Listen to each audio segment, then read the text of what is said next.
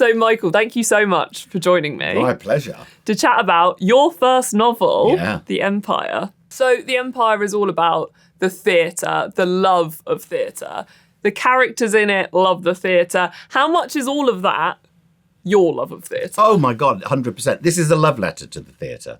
The Empire is the name of a fictional theatre based in the north of England, in a fictional town, because I didn't want people going, that's us, that is, saying the Bradford Alhambra or the Manchester Opera House or Manchester Palace. Every town, every city throughout the country has got an example.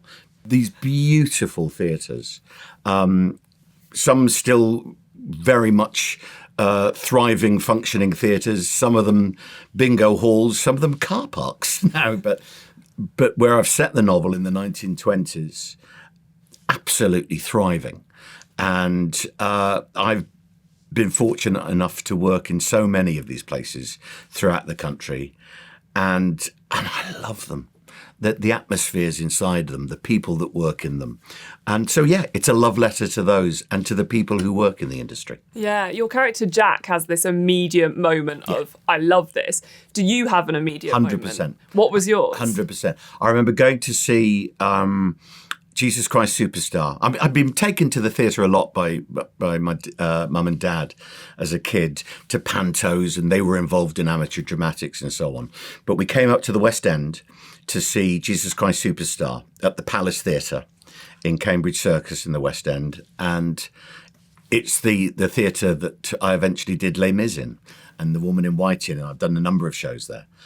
And I remember walking into this magnificent entrance hall. Well, first of all, rolling up in a black... I'd never been in a black cab. I was 12 years old. Suddenly, we arrive. You see this incredible frontage. You go in, and it was magnificent, absolutely breathtaking. And it took me to another world. And it's a world that I wanted to know and be a part of. Cut to me finally going to the backstage of a theatre and realising it's very different. Yeah. All the money is spent on the front. The backstage is grotty and so much more fun.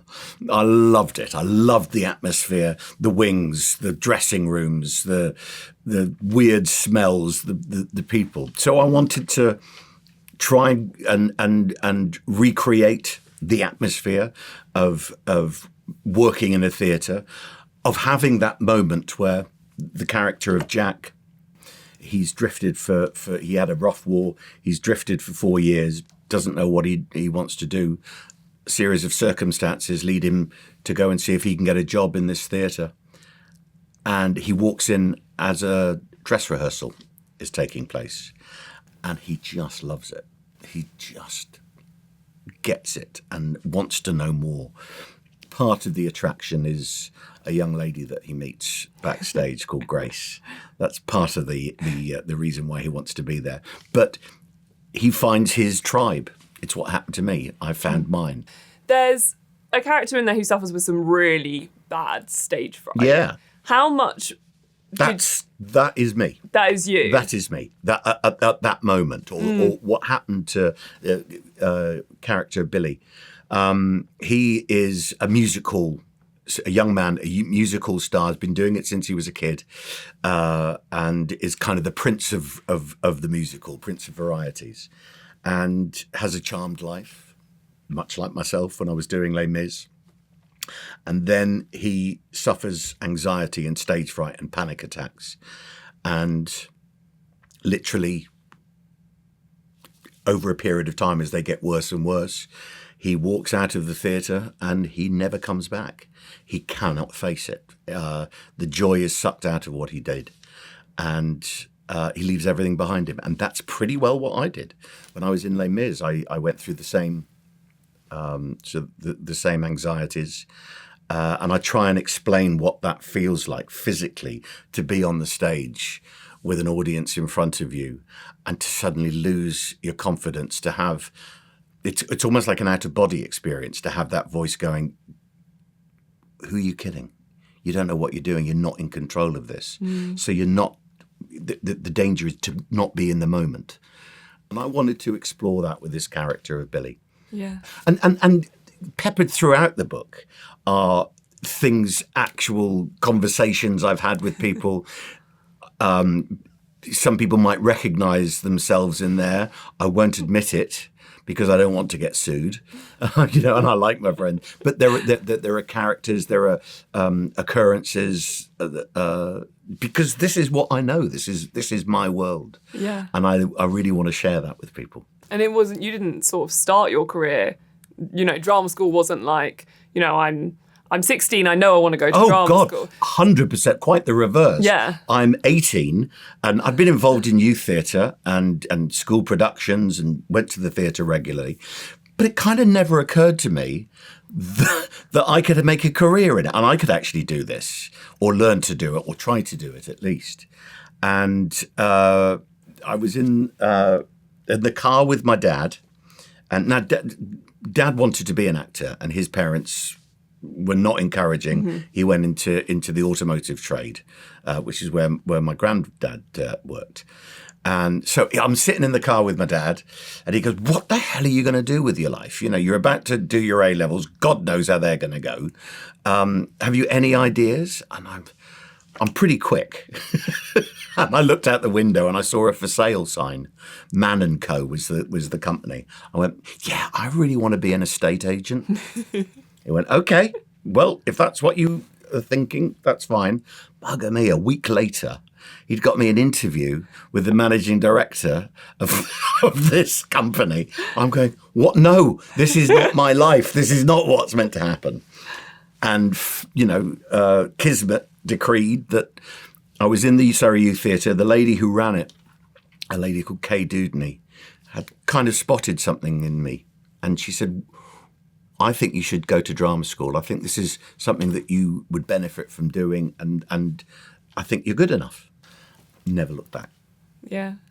And there's a lot of your... Although I think I'd have been a pretty good estate agent. Oh, I have to say, I was thinking it. Yeah. And you're adding novelist, author to your many string. And we haven't bow. touched on my pizza delivery. Yeah, because that's the other string to my bow. Yeah, you're actually really, really quick. I mean, half an hour is pretty good. Yeah, I've always thought it was impressive. You'd never get that $5 off because I'm on time. What has being so far being an author added to your life in terms of your creativity and things like that? Amazing. Everything I do, everyone does. People don't write for themselves. They write because they want to be read. They sing because they want to be heard. They act because they want to connect. And this is another way I've found of trying to be able to do that. Yeah, and you've also narrated the audiobook yourself. Oh, yeah, I have. So I wanted... That takes forever. Oh, yeah, it does. Oh, my God. Oh, it's not just like one read through. It takes you a lot longer than that. No. Mm-hmm. And it's over 11 hours of reading. And but I did have fun. I liked finding, luckily, I have the experience of acting. It's finding the characters and finding the voices. And can you introduce us to some of the characters? Oh, my favourite, voices? Joe Allardyce. Joe Allardyce, he runs the rival theatrical establishments in the area and throughout the Northeast and Midlands, may I tell you. And he calls a spade a shovel. And he wants the empire. He's got to bloody have the empire. And that's the end of that. And then there's Frederick Poole, who works front of house, who's absolutely besotted with the theatre. He might be a little bit fey, but don't cross him because this is his place. And if you get it wrong, you're in trouble. Now out. I loved finding those voices. Yeah. Lillian, Lady Lassiter's a little bit like Lady Penelope from Thunderbirds. Mm-hmm. Very quiet and reserved and absolutely a rod of iron running through her. And Evangelista's just marvellous, darling. But that's the problem. Yeah. As I'm reading it, I'm doing all the dramatic thing, that she would have done. Have you listened to any of it back? Yeah, of course I have. And gone, oh, really? Or, yeah, you nailed that. And are you planning novel number 2? I am. I am. I've fallen in love with these people. I really have. And I want to find out what happens to them, what their future is, what's the state of the theatre, where are we in in the history of theatre in 1926. A really interesting time. I want to take the series right up to the point where Mecca Leisure take it over and becomes a bingo hall. I'm looking forward to your new cast of characters that visit the bingo hall. Oh, I'm going to do Newcastle. I can do that. There's no problem there. Well, Michael, thank you so much. Absolute pleasure to chat. Absolute joy. Thank you very much. I hope you enjoy it. Thanks.